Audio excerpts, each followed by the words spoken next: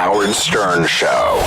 If it wasn't fun at this point, you got enough money. You don't need to be doing something that isn't fun, right? Yeah, at this point in your life.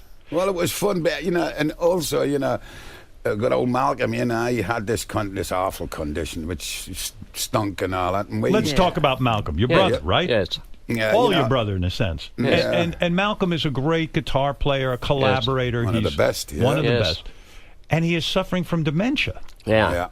Which makes me feel old. It's like, wow, one of the How guys... could AC/DC? Yeah, right. One of the great bands. Well, unfortunately, it's a stinking thing that just hits anybody. You don't have to be anybody it's special. It just... What is his condition right now? Is he unable to play? Is he pretty much. He's that ill. Yes. Yeah. When did you start to notice that this was happening to him? When we made the last album. Right. Yes. What was it? He'd be forgetful, or he couldn't play a certain riff, or what would happen? Just things like that. Things seemed off. Yeah. He was always very organized. Right. And then he was kind of disorientated a lot. And, right. You know. And when you see, when you see your brother going through something like this, at first do you say, hey, I don't want to say anything. I don't want to upset him. And at some point, does it become like, hey, we got to intervene here and say, hey, he's got to get some help, right? Did he resist getting help? Was he in denial?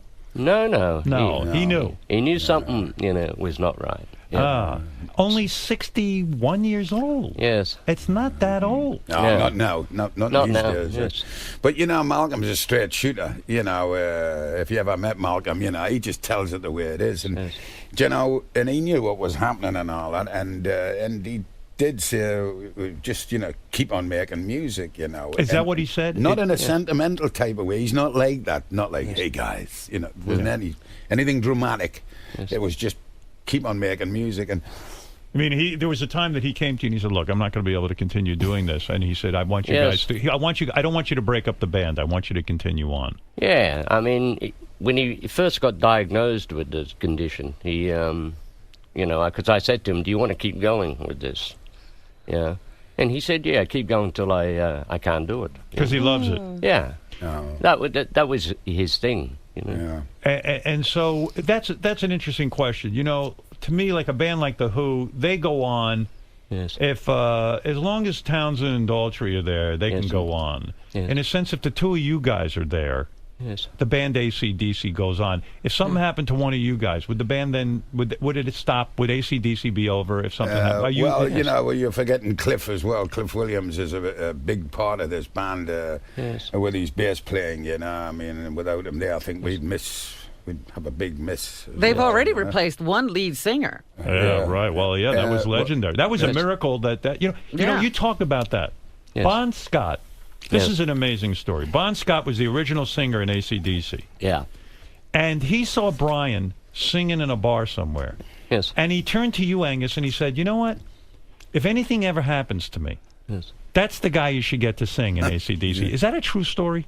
Well, he didn't say exactly that's the guy to get me, but what he pointed out, he was a big fan of Little Richard. Right. And he said, for Bon, Little Richard was the marker for singing. Right. And when Bon had been in Britain opening for an act that Brian was, he was in a band called Geordie, right. and Bon's band were opening for them.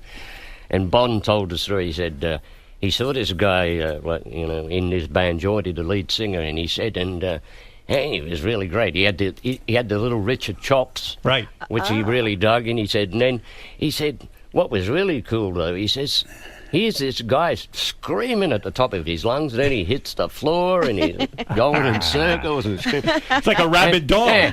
And Bon thought it was the greatest act he ever saw. Right. Yeah. And then at the end of the gig, Bon walked to the backstage, and they had an ambulance waiting. Brian had an attack on appendicitis.